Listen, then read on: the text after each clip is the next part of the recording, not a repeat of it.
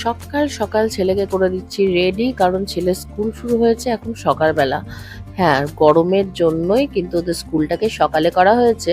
আর সকালে স্কুল হয়েছে তা তো ছিলই, তার সঙ্গে শুরু হয়েছে পরীক্ষা। আর তোমাদেরকে বলে রাখি, এবছরই ছেলেকে স্কুলে দিয়েছি, কারণ এবছর ছেলে 4 বছর বয়স হবে। মোটামুটি জানুয়ারিতে স্কুলে ভর্তি হয়েছে, আর এই মাসেই হচ্ছে ওদের পরীক্ষা স্টার্ট। ছেলে কিন্তু পরীক্ষা কি সে আদতে জানে নাকি, আমার খুব সন্দেহ আছে।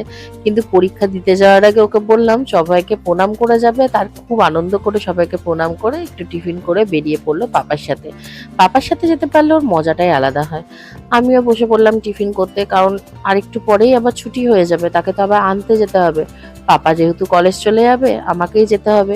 তাই মেয়ের সাথে একটু খেলা করে নিয়ে মেয়েকে রাখলাম মায়ের কাছে, আর বেরিয়ে পড়লাম ছেলেকে নিতে। গিয়ে শুনলাম পরীক্ষা ভালোই দিয়েছে, দুগ্গা দুগ্গা